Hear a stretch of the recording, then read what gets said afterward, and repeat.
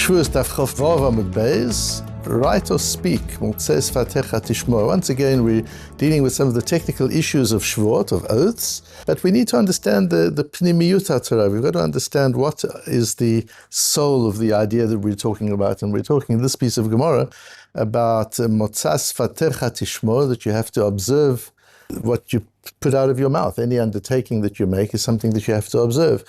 And yes, we could look at it all from the perspective of Shevuot, which of course we will, but in addition to that, what there is an opportunity to explore here is what it does to articulate a thought. You have an idea, you have a thought in your head, and you can articulate the thought.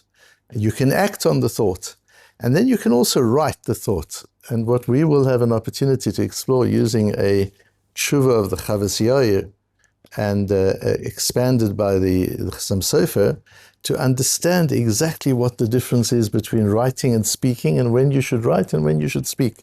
And this is particularly important nowadays when people tend to resolve all issues. It used to be with emails, now it's with texts.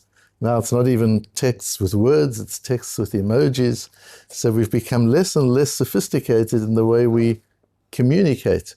And when is it time to pick up the phone and talk to somebody? When is it a time to go around and see the person and have a meeting with the person?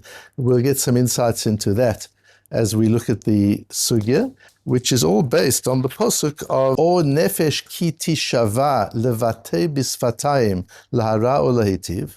When the Torah gives us an introduction to the laws of Shevuot, of oaths, it says, or if a person makes an oath, levate bisfatayim, and the Torah goes out of its way to actually say and expresses it with his lips.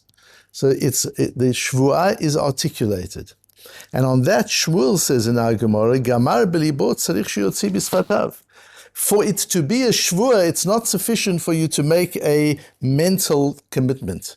If you say to yourself, I'm going to give X amount of tzedakah, or you say to yourself, I'm going to fast next Monday, or whatever it is that you say to yourself, saying to yourself doesn't make it a shvuah. Gamar belibo, even though you've made an absolute decision in your mind, still tzarich sheyotzi bisfatav, shneemar levate bisfatayim. That's what the posuk means when it says levate bisfatayim, and says Rashi v'im lo hotzia bisfatav, and if you don't actually say it out loud, Eina shvuah, it's not a shvuah. You don't have to worry. I undertook in my mind that I would do something. Yes, but it's just in your mind. And so we realize also through this posuk and through the comment of Shmuel how limited an intention is. Sometimes we say, I really intended to give you a call. I intended to give some tzedakah. It doesn't mean anything. An intention doesn't mean anything. An intention is just a thought. And we know our thoughts can sometimes be imagination. Our thoughts sometimes aren't even real. And we have to sometimes know how to differentiate. Is a thing a thought or is a thing a reality? Sometimes our fears, are the things we fear thoughts or are they realities? A lot of the things we fear are just thoughts in our own minds. They're not objective realities. And our minds get wrapped up and they become distorted and contorted in dealing with these ideas and thoughts that aren't even real, they're just thoughts. So we start seeing in the parasha of Shevuot that a thought without articulation of the thought is very, very limited. And even articulation, we learned in Makos a lot, that alav she'ein bo ma'aseh ein lo yeken alav. You can't punish a person for a transgression which doesn't have an action attached to it. And we learned that dibur speaking is not even considered an action. And that's why there's no malchus for lashon hara. That doesn't mean it's not wrong, of course, it still is an isur and a lav.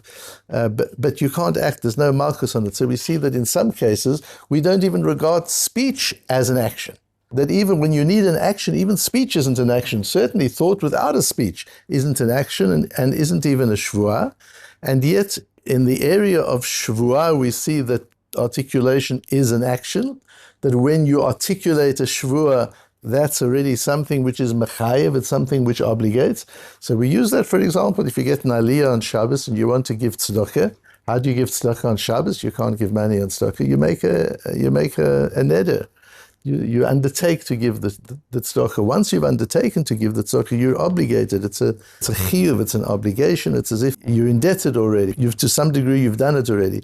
So a shvuah allows you to bring an idea into the realm of action just by saying the words without actually doing anything. Merely saying the words brings the idea into action and makes it obligatory, but it has to be articulated, it has to be in words. And then the Gemara goes backwards and forwards and discusses Shmuel's din, but we come out lahalacha, it's paskin in Shulchan Aruch, ein haneder chal ad shiotzi bisfatav v'yu piv v'livo shavim. A neder, or the same with a shvur, is not valid until you articulate it with your lips, you actually say it out loud, and your heart and your mouth are aligned. Your thoughts and your words are aligned. That's what you need for a shvur. You need a thought, you need an articulation of words, and there needs to be alignment between what you thought and what you said. And that's the halachas, the Be'er HaGolos is based on the statement of Shmuel. The question we look at today is, what about writing? Where does writing fit into the area of articulation? You don't say something, you write it. What happens if you write a shvur? You don't actually say it out loud, but you write it down. Is that stronger or weaker than saying it? The foundation of that discussion is a tshuva of the Chavas Yair. Chavas Yair is 17th century, a very important posek. We've talked a lot about how shailas and tshuvas are important sources of halacha for us, that over the generations, the shailas and tshuvas, where poskim have been asked questions and they not only give their answers, but they reason their answers out. We learn a fortune from that as to how halacha works. The shailas and tshuvas are living halacha. The Shulchan Aruch is static, it's just a statement. This is the halacha. And certainly subsequent to the Shulchan Aruch until our own day, we're getting shorter and shorter statements of halacha. And that's very sterile and static. You can't really reason a whole lot from that. But when you read a tshuva and you go through the reasoning of the posek and how the posek gets from the question to the answer, particularly in the context of that particular environment, you learn a lot about the social history of the Jewish people, what kind of shailas were being brought in different parts of the world at different times, and you learn how the poskim dealt with them. The Chavas Yair deals with this question of a commitment made in writing. So we're used to thinking a commitment made in writing, that's the strongest thing that there can be. But the Torah says that you need levate bisfatayim, and Shmuel says, you've actually got to say it out with words. Does that mean you must say it, or is writing just as good? So the Chavas Yair, it's a beautiful long tshuva that he goes into it and says, Lachen direli pashut, dechol shemekabel alav beneder u bishvua v'lo diber davar, anybody who makes an undertaking, a neder or a shvua, and didn't say a word, rak katav befinkaso, he wrote in his journal, ani mekabel alai latzum bahab, I'm going to take upon myself to fast on Monday, Thursday, Monday after Yom Tov. Or I'm undertaking to give tzedakah such and such an amount. Havi keilu hotzio befiv. The Chavas Yair makes a very big chidush, a new idea that he enunciates, and that is writing it down in writing is as strong as saying it in words, and it's a valid shvuah. You can make an oath in writing, you don't have to say it. Even though it says levatei b'sfatayim, that you've got to pronounce it and articulate it, writing is considered articulation. V'kaimelan, and haven't we already established in halacha, gabi kotev divrei Torah tzarich levarich? If you're early in the morning, before you come to shul, if you're writing divrei Torah, you're writing words of Torah, you're not talking them out. Do you have to make a bracha? Do you have to make a lasuk b'divrei Torah and asher b'chabonu? Do you have to make the brachot of Torah? Or can you say it's just in your mind? If you're just thinking in Torah, you don't need a bracha, according to most poskim. But if you write it, you do need a bracha. So you see, says the Chavas Yair, that writing is as good as speaking. Diktivat hamilot havi keilu dibram. If a person writes a word, it's as if you've said the word. There is no difference between. That's the statement of the Chavas Yair. The Shev Yaakov is a shailas and tshuvas about the same time. He lived between the time of the Chavas Yair and the Chassam Sofer. Chassam Sofer was born a few decades after the Chavas Yair died, and overlapping them both was the Shev Yaakov. And the Chassam Sofer mentions that the Shev Yaakov destroys the Chavas Yair. Shafach solelal divrei hagaon Chavas Yair. The Shev Yaakov tears into the Chavas Yair and says, how can you even suggest such a thing? That writing something should be as strong as actually saying it. And he goes into to discuss why, and he includes this Gemara in the discussion. And then look at the beautiful language of the Chassam Sofer. V'achar neshikat kapot raglei hagaon hagadol hazeh. After kissing the feet of the legs of this great Gaon, Ani tameh alav, I'm astonished by what he said. You just see the Chassam Sofer, you see the emotional humility and the intellectual courage, and how they can both go together. One can be humble. That doesn't mean you're not willing to disagree with something when it needs to be, if you have the necessary authority. The Shev Yaakov, such a great Godel, I can only kiss his feet, and I can't get even close to his greatness. Nevertheless, I'm so surprised at what he says. That he had the words, he quotes from the Chavas Yoel, he had the tshuva in front of him. V'katav ma shekatav, and he wrote what he wrote. How could you do that? If you've learned the Chavas Yoel, how could you write that? Sfarat Chavat Yair HaChavas Yoel kach. This is what the Chavas Yoel means. Here we've got a case where one Achron is explaining the words of another one. And this is so important for us today as well. Devadai לעניין שהאדם רוצה לקיים על עצמו שום דבר ולחייב עצמו בדבר וכיוצא בזה. If the purpose of the writing is not communication, if the purpose of the writing is to establish a fact, to make a commitment, and it doesn't involve another person, you don't have to hear me, this is my own commitment. I'm going to give tzedakah. I'm going to fast. I'm making a commitment. If it's a personal commitment, לעניין זה פשוט דהכתיבה עדיף מדיבור. Clearly, writing is better than speaking. אומנם, להודיע דבריו לחברו לדברים היוצאים מליבו שייכנסו ללב חברו. And here you have a life lesson in the Chassam Sofer that is so important, and that applies, as I said, in our situation today more than ever. If you want your words to penetrate the heart of another person, which means they come out of your heart, if your purpose of your communication is to change another person's position, if you want to inspire somebody, if you want to influence somebody, if you want to touch somebody's heart, adibur adif, then you have to talk. That's not something you can do in writing. If you really want to affect somebody, you talk to them. וזה פשוט מאוד לכל מבין ויודע.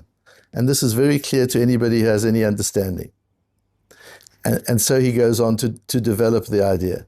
And he says, for example, one of the questions that the Shev Yaakov asks is, from the case of a shliach leget, if a person makes a shliach to give a get, the shlichut has to be in orally, it can't be in writing. שאין השליח מבין ממש תוכן כוונת המשלח במכתבו, כמו שמבינו בדיברו אליו, כאשר ידבר איש רעהו. The reason there is because when you appoint the shliach, that's communication. That's not just declaration. A declaration, the American Declaration of Independence, better in writing than orally. It's a declaration. If you're making a declaration, you're making a commitment, write it out. But if you're communicating, talk it out. Speak to somebody.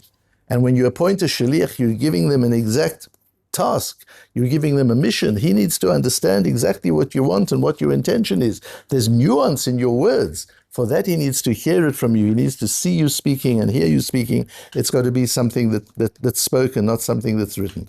And the same, he says, when a Beis Din has to listen to Eidim, when a court of law has to listen to witnesses, it can't be mipik tavam. It can't be from writing, because they need to determine the nuances of the intention of the witnesses and what they mean, and are they right, and is it true? And all of that refinement of understanding you can do in oral communication. You can't do from a piece of paper. And then he proved from our Gemara the opposite of what the Shev Yaakov says, that the words levatei sfatayim don't mean it has to be by your lips and not in writing.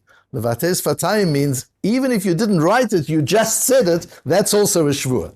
He turns the whole Gemara around from the Shev Yaakov in order to explain the Chavas Yoel. So that when Shmuel says, Gamar b'libo tzarich sheyotzi b'sfatav shema levatei b'sfatayim, Shmuel doesn't mean you've got to say it and not write it.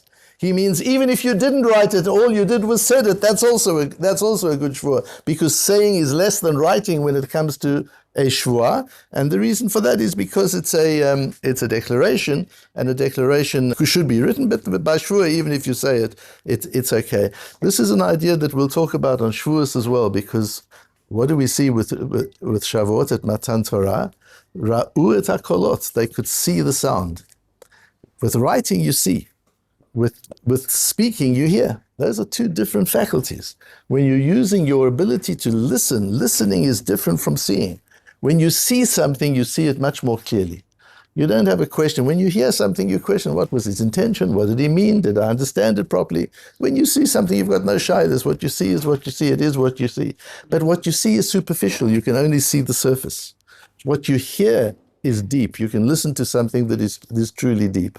So we need to understand there are times when all you need is for somebody to see or for you yourself, just to see your intention. You're making a commitment, write it down. It needs to be absolutely clear. If you want clarity, write it. If you want meaning, if you want understanding, have conversation. And that's something we've got to test all the time. If you're sending off an email or you're sending off a text, ask yourself, do I want clarity or do I want understanding? If I want the other person to understand what I'm saying, this is not for an email. This is for a conversation. If I want the other person to have absolute clarity is what I mean, then I can write it down. And sometimes we do both. We have a conversation, and then we record the conversation in writing so that we've got ra'u et hakolot. Then we've got the clarity of writing, and we've got the intention. And we need to be careful that in our modern time, we don't lose that capacity to have conversation. We don't lose that capacity to communicate. If you want something to affect the other person, that can't be done in writing. If you want to affect the other person, that has to be done face to face in a real conversation with oral communication.